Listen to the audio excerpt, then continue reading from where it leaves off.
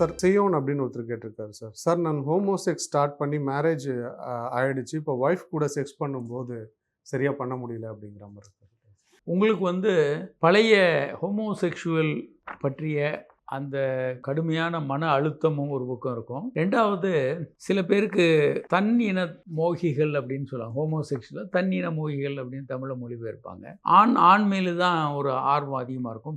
மனைவிக்கு திருமணமானாலும் மனைவி மேலே ஆர்வம் கம்மியாக இருக்கும். நீங்கள் கொஞ்ச நாள் முயற்சி பண்ணுங்க, முடியலன்னா நீங்கள் 2 பேரும் சேர்ந்து மருத்துவரை பாருங்கள், பாலியல் மருத்துவரை பாருங்கள். இதற்கான மருந்துகள் பயிற்சிகள் எல்லாம் இருக்குது. அதன் மூலம் இதை முற்றிலும் சரி செய்ய முடியும். நீங்கள் 2 பேரும் தம்பதிகள் 2 பேரும் தாம்பத்திய உறவில் ஈடுபடுறதுக்கான மருந்துகள், அதற்கான பயிற்சிகளும் இருக்குது. உங்களுக்கு உங்கள் மனைவி மீது ஒரு அட்ராக்ஷன் வர்றதுக்கான பயிற்சிகள் இருக்குது. திருமணம் நீங்கள் பண்ணிட்டதுனால அப்படி பண்ணி தான் ஆகணும். ஏன்னா இல்லைன்னா அது ஒரு பெரிய பிரச்சனையாகி விவாகரத்து பெரிய சண்டைகளாக போகிறதுக்கு வாய்ப்பு இருக்குது. நீங்கள் காலம் தாழ்த்தாமல் மருத்துவரை பாருங்கள். பயிற்சிகள் மூலமாக உங்கள் மனைவி மீது ஒரு மிகுந்த ஒரு இன்டிமசி, ஒரு செக்ஸ் ஆர்வம் ஏற்படுத்த முடியும். அந்த பயிற்சிகளை நீங்கள் மேற்கொண்டு இதை சரி செய்து கொள்ளலாம்.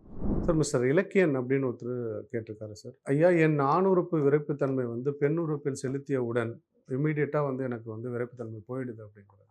இதுதான் நம்ம எரெக்டைல் டிஸ்ஃபங்க்ஷன், ஆண்மை குறைவு அப்படின்னு தமிழில் சொல்கிறோம். தாம்பத்திய உறவு முடிகிற வரைக்கும் முழுமையான விரைப்புத்தன்மை இல்லை அப்படின்னா அது ஆண்மை குறைவுன்னு எடுத்துக்கலாம். இதை சரி செய்ய முடியும். இரத்த நாளங்களில் வர குறைபாடு, ஹார்மோன்ஸ் ஏற்றத்தாழ்வு, மன அழுத்தம், பதட்டம், இரத்த நாளங்கள் வர பிரச்சனை, நரம்புகள் பாதிப்பு, சில நேரங்களில் ஆணுறுப்பில் வரக்கூடிய பிரச்சனைகள், சர்க்கரை நோய், மனநோய்க்கான மருந்துகள், இப்படி நிறைய காரணங்கள் இருக்குது. ஏராளமான காரணங்கள் இதை உண்டு பண்ணலாம். ஸ்மோக்கிங், ஆல்கஹால், அதெல்லாம் கூட இதில் ஒரு முக்கியமான பங்கு. இதை என்ன காரணம்னு டெஸ்ட் எடுத்தோம்னா கண்டுபிடிச்சிடலாம். செக்ஷுவல் ஃபிட்னஸ் ப்ரொஃபைல்னு இருக்குது. என்ன காரணம் அப்படின்ற கண்டறிந்து சரி செய்ய முடியும்.